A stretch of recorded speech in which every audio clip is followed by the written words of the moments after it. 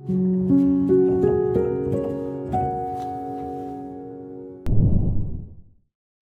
halo semuanya. Lo semua lagi dengerin gue, Gary Ardian. Topik bahasan kita hari ini itu gue rasa nggak bakal cuman berguna untuk hubungan lo dengan pasangan, tapi juga bakal berguna untuk hubungan pertemanan lo, rekan kerja, keluarga, atau apapun deh. Hubungan apapun yang deket sama lo, pasti gue rasa bakal jauh lebih membaik kalau misalnya lo memahami apa yang bakal kita bahas hari ini, yaitu konflik. Hal yang kalau dipikir-pikir ternyata nggak bisa lepas gitu dari hidup kita. Karena untuk hidup yang berkembang ibaratnya, atau hidup yang bertumbuh gitu, sebagai pribadi, kita tuh harus melewati rentetan konflik-konflik gitu. Mau nggak mau, meskipun kita nggak siap atau mungkin kita ngerasa kayak capek, tapi konflik kalau misalnya emang udah saatnya datang ke hidup kita gitu, kita nggak bisa nolak. Karena mungkin kitanya yang ngerasa nggak siap, padahal lingkungan di sekitar kita atau hidup kita sendiri udah yakin kalau kita siap untuk menghadapi konflik selanjutnya gitu. Naik level lah ibaratnya gitu. Tapi sebelum kita mulai bahasannya, gue pengen nanya sedikit sih sebenarnya. Menurut lo, kalau gue tanya konflik itu apa sih gitu? Apa sih yang terlintas di kepala lo ketika pertama kali mendengar kata konflik gitu? Apakah itu masalah? Apakah itu adalah sesuatu yang perlu dihindari? Apakah itu adalah sesuatu hal yang lo benci banget, gue gak pengen terus-menerus ada konflik gitu? Yang kemudian pertanyaan selanjutnya adalah, memang bisa ya kita hindarin? Lagian juga kenapa harus dihindarin? Paham gak? Kayak maksudnya, apakah dengan kita menghindar dari konflik itu berarti konfliknya selesai? Apakah dengan kita nggak menyelesaikan konflik tersebut, kemudian hidup kita jadi lebih baik? Jadi banyak pertanyaan-pertanyaan untuk bikin lo ngerasa kayak, oke, apakah berantem terus itu sebenarnya sesuatu hal yang menyebalkan, atau justru sebaliknya? Karena kadang konflik itu nggak selalu buruk loh. Kadang konflik itu datang ke hidup kita sebagai kesempatan untuk bisa jadi seseorang yang jauh lebih baik. Gimana kalau ternyata konflik-konflik itu datang sebagai kesempatan kita belajar akan suatu hal yang sebenarnya kalau misalnya bisa kita hadapin, bisa kita lewatin, kita tuh jadi lebih mudah gitu ke depannya. Kayak kita tuh jadi lebih ngerti hidup ini harusnya gimana gitu. Jadi bisa lebih hati-hati untuk tidak mengulangi kesalahan yang sama. Kita jadi bisa tahu mana yang benar, mana yang salah gitu. Gimana kalau ternyata konflik itu datang bukan sebagai masalah, tapi sebagai solusi? Pernah nggak kepikiran kayak gitu? Nah, ini mungkin obrolannya bakal berguna banget buat yang capek berantem terus karena terlalu banyak konflik. Karena kadang kan konflik nggak cuman urusan kita dengan diri sendiri kan. Masalahnya itu kadang adalah di dalam hubungan yang jadi masalahnya itu bukan kita sebenarnya. Kenapa kita harus ikut ribet gitu? Kenapa kita harus ikut sebel sama sesuatu hal yang sebenarnya penyebabnya itu bukan kita gitu. Nah, kadang konflik datang ke hidup kita dari sudut pandang itu tuh, suatu hal yang sebenarnya nggak bisa kita kendaliin gitu. Tapi kalau dipikir-pikir, kita selama ini udah sering dengar saran atau jawaban untuk kalau kita menghadapi konflik dalam hubungan loh. Kita pasti sering kan kalau misalnya, gue lagi berantem nih sama teman gue, atau gue lagi ada masalah sama siapa gitu, orang terdekat kita gitu, keluarga mungkin. Pacar. Kita kan sering dengar orang ngomong, ya udah dikomunikasiin aja.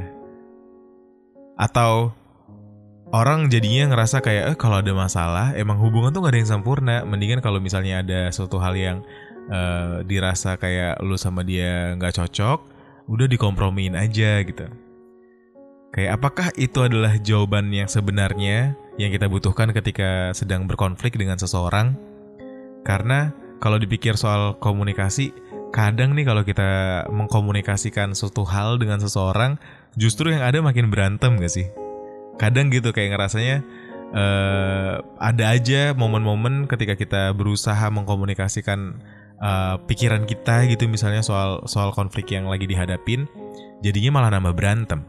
Atau kalau misalnya kita mengkompromi segala kekurangan yang ada dalam hubungan tersebut gitu, mau kayak gimana, sejauh apa batasannya gitu, untuk bisa nggak ngebuat kita jadi malah makin ngerasa hubungan itu hubungan yang buruk sebenarnya gitu. Jadi kayak kalau misalnya dikompromiin terus, kita jadi kayak kalah bareng-bareng kan. Jadi kayak ngerasa ini gue tuh ngejalin hubungan bukannya dapat orang yang lebih baik, kenapa jadi gue harus melulu menerima kekurangannya gitu.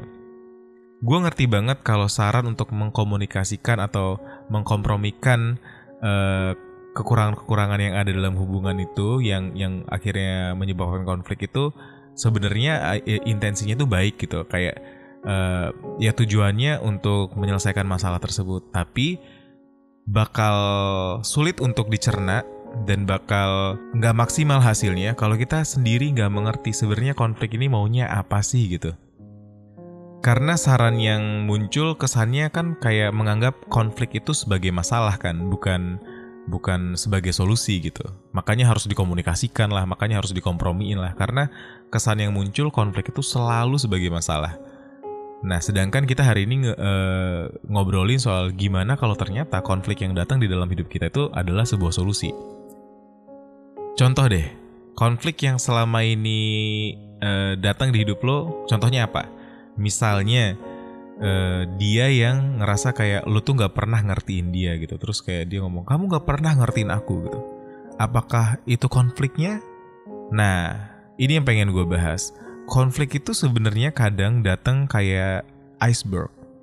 Kita pernah ngebahas kan anger iceberg. Ketika emosi seorang mencuat itu ada primary emotion dan secondary emotion. Primary emotion itu adalah sesuatu hal yang kita lihat, yang visual atau yang terdengar atau yang kita bisa rasakan secara langsung dampaknya gitu, physically atau verbal gitu ya. Nah, sedangkan ketika kita emosi itu tuh nggak melulu hanya apa yang kelihatan aja gitu. Kalau kita gali, ada secondary emotion yang menyebabkan kenapa seseorang bertingkah laku seperti itu. Nah, untuk bisa menyelesaikan konflik dengan baik, kita harus nembus itu. Ibaratnya kayak iceberg, permukaannya kelihatannya dia marah-marah. Oke, di dalamnya biasanya ada hal lain yang menyebabkan dia melakukan hal tersebut. Mungkin dia ngerasa kecewa, mungkin dia ngerasa ditinggalkan, atau mungkin ngerasa ibaratnya kayak kalau misalnya kamu tuh main game terus ya, gak pernah ngertiin aku, gak pernah ada waktu buat aku. Sebenarnya mungkin secondary emotion yang pengen dia sampaikan adalah dia tuh lagi ngerasa dihiraukan. Jadinya mungkin dia kangen, tapi dia sebel karena harus ngerasa kesepian sendirian gitu. Jadi kalau misalnya kita lihat lebih dalam gitu, kita tuh bisa ngerti apa yang sebenarnya pengen disampaikan seseorang atau konflik ini bawa, supaya kita bisa menjadikannya kesempatan agar hubungan ke depan atau diri kita pribadi tuh jadi lebih baik. Nah, gue tuh menemukan kalau sebenarnya yang paling benar di awal-awal kita tuh harus recognize the conflict gitu. Sebenarnya apa yang terjadi? Kalau misalnya ternyata lo lagi emosi sehingga lo nggak bisa menemukan apa yang sebenarnya terjadi dalam konflik tersebut, gunain waktu lo untuk mencari tahu dulu sebelum akhirnya mendiskusikan apa yang baik buat lo dan orang yang menghadapi konflik dengan lo gitu. Karena dengan merecognize konflik yang sedang kita hadapin, kita itu bisa lebih jernih dalam memikirkan solusi. Jadi kita tuh nggak fokus dengan apa yang jadi masalahnya sekarang, tapi kita bisa fokus untuk mencari solusi yang pada akhirnya jadi tanggung jawab kita di setiap hubungan-hubungan yang kita bina gitu. Jadi responsibility itu juga sangat berpengaruh dalam proses kita menyelesaikan konflik. Kita tahu kalau hubungan ini tuh nggak bisa cuma didiemin doang, nggak bisa cuma dihindarin doang masalah-masalahnya, tapi kita mau nggak mau, karena kita terlibat dalam hubungan ini, ya kita harus berusaha untuk cari jalan terbaik untuk sama-sama menang gitu, untuk keduanya bisa mendapatkan win-win solution-nya gitu. Nah, ketika kita berusaha untuk menyelesaikan konflik dengan seseorang, biasanya kita lupa satu hal, kalau sebenarnya kita tuh harus disarm ourselves gitu, kayak kita tuh nggak boleh dalam kondisi yang defensif sehingga diskusi yang terjalin tuh nggak sehat gitu.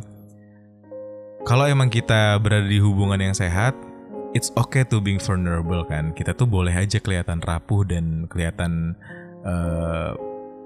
nggak punya daya upaya untuk bisa ngebuat kita berdua tuh setara gitu. Jadi nggak boleh ketika kita ngejalanin berusaha menyelesaikan konflik, yang satu kayak menyalahkan terus yang satunya mau nggak mau karena biar cepat selesai gitu.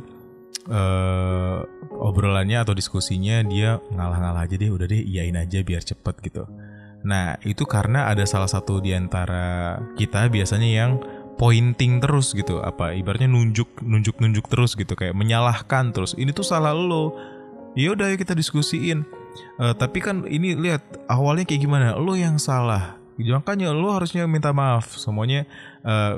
Kalau misalnya hubungan konflik yang nggak turut ada penyelesaian, biasanya kayak gitu, yang sibuk untuk mencari siapa yang salah gitu. Sedangkan baiknya kita tuh lebih kayak oke, ini kita aku berusaha dulu ngerti maksud kamu apa. Kita cari tahu secondary emotionnya. Oh, kamu ngerasa kecewa karena hari ini harusnya kita jalan tapi aku jadi nggak bisa karena ada kerjaan. Maafin aku ya gitu. Dia juga harus ngelakuin hal yang sama. Iya, tadi aku sebel karena janji yang pernah kamu bilang beberapa hari yang lalu, tapi hari ini jadi nggak kesampaian. Maafin aku juga ya. Jadinya nggak bisa ngertiin kalau kamu lagi ada kerjaan gitu. Being vulnerable dengan orang yang kita sayang itu tuh baik banget loh efeknya. Kayak kita tuh sama-sama ngerti kalau oke, ketika ada satu masalah kayak gini, tujuannya itu bukan untuk saling menyalahkan, tapi kita cuma harus berdiskusi untuk cari tahu solusi yang paling baik itu kayak gimana. Kalau ada yang salah minta maaf, abis itu janji kalau kedepannya nggak bakal ngulangin kesalahan yang sama kayak gitu. Jadinya bukan cari tahu siapa yang salah, tapi oke, kesalahannya di mana nih?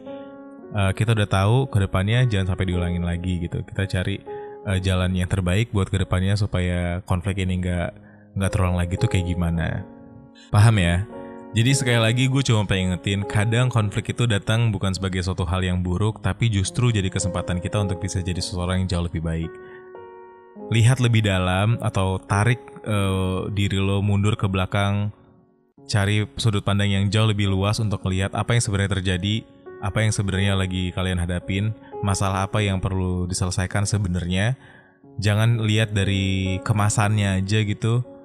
Emosi itu tuh nggak mewakili apa yang sebenarnya sedang dirasain dia mungkin gitu, karena yang kelihatan cuma primary emotionnya doang.